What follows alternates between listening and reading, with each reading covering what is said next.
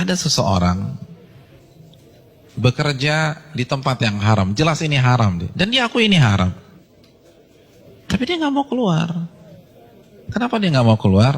Dia katakan, anak saya 4, Pak Ustaz. Kalau saya keluar, anak pertama bayar kuliahnya gimana? Anak kedua SMA-nya gimana? Harus bayar uang gedung. Maka saya tetap bertahan karena faktor kondisi. Ini bukan sombong loh Ustadz, ini faktor kondisi. Hadirin, enggak. Itu sok pintar. Itu sok pintar. Karena hakikatnya di hadapan kita ada 2 opsi. Opsi yang pertama, matematika kita, logika kita. Gaji kita 15 juta, anak 4. Oh cukup. Tapi begitu saya resign, maka bulan depan 15 juta itu hilang. Maka nggak mungkin mencukupi 4 orang anak. Itu matematika kita. Tapi itu bukan satu-satunya opsi. Opsi yang kedua, Allah berfirman dalam surat At-Talaq ayat 2. Barang siapa yang bertakwa kepada Allah, maka Allah akan berikan solusi. Dan Allah akan berikan rizki dari arah yang tidak ia duga-duga. Namun karena kita merasa paling pintar, kita pilih opsi yang pertama. Karena kita lebih yakin dengan matematika kita daripada janji Allah Subhanahu wa Ta'ala. Bukankah itu sok pintar di hadapan Allah dan merasa cerdas di hadapan Allah Subhanahu wa Ta'ala? Inti dari semua kedurhakan itu merasa pintar, bukan kondisi. Merasa diri besar, merasa diri kuat menahan azab Allah pada hari kiamat. Rekan-rekan yang dirahmati oleh Allah Subhanahu wa Ta'ala, ini masalah dari dulu. Karena iblis itu menggunakan teori ini. Kenapa iblis divonis kafir? Kenapa iblis divonis kekal di neraka? Karena ketika dia disuruh sujud, dia katakan apa? Enggak, ana khairun minhu, aku lebih baik daripada Adam. Engkau ciptakan aku dari api dan engkau ciptakan dia dari tanah. Saya ingin tanya, yang diserang dengan statement ini itu siapa rekan-rekan sekalian? Yang dibodoh-bodohi itu siapa?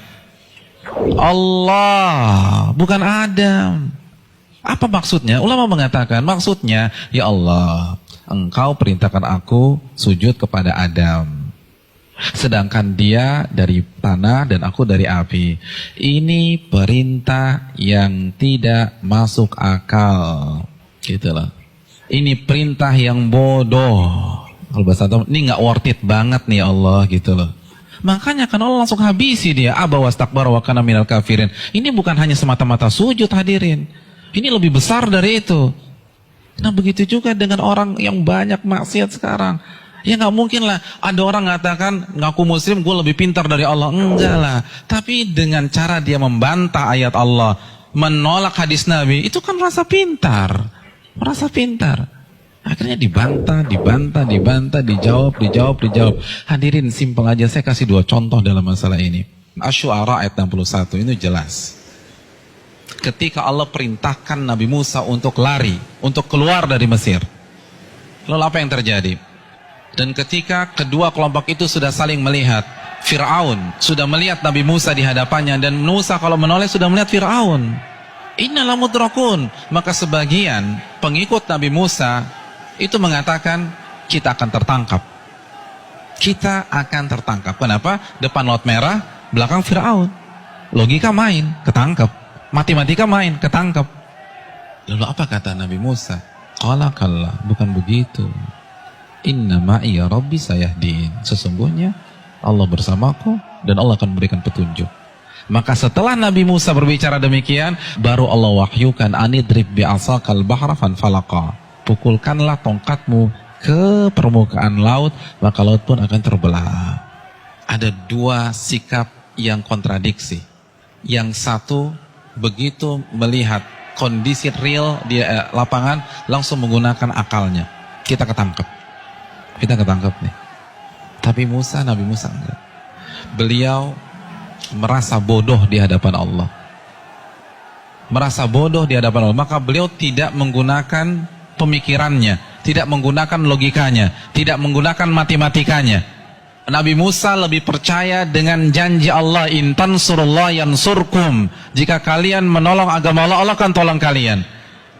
Orang nggak akan bisa seperti ini kalau dia nggak merasa bodoh di hadapan Allah.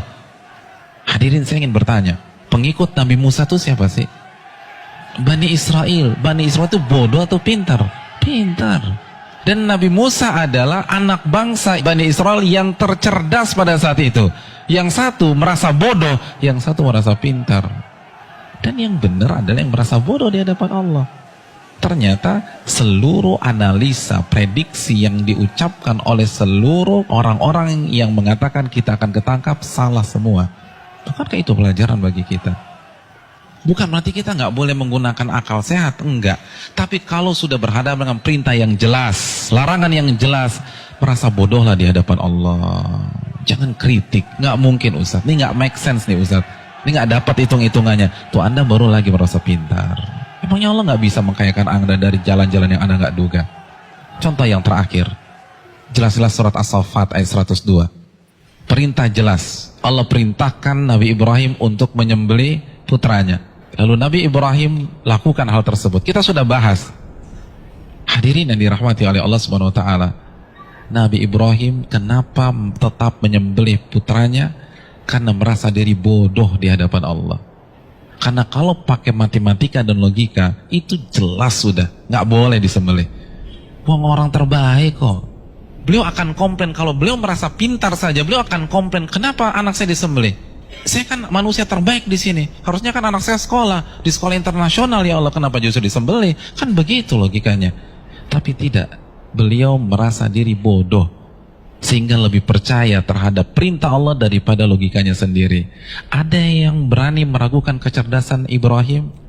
Saya ingin tanya, etnis dan ras tercerdas di dunia itu siapa? Bani Israel. Bani Israel itu keturunan siapa?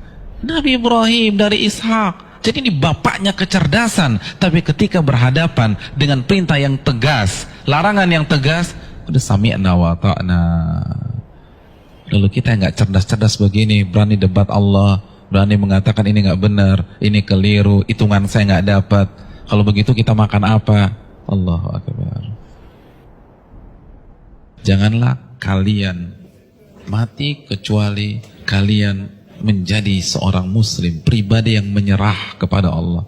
Kita yang mengkrit hari terakhir hidup kita. Dari sekarang, hadirin sekalian, dari sekarang menyerahlah kepada Allah.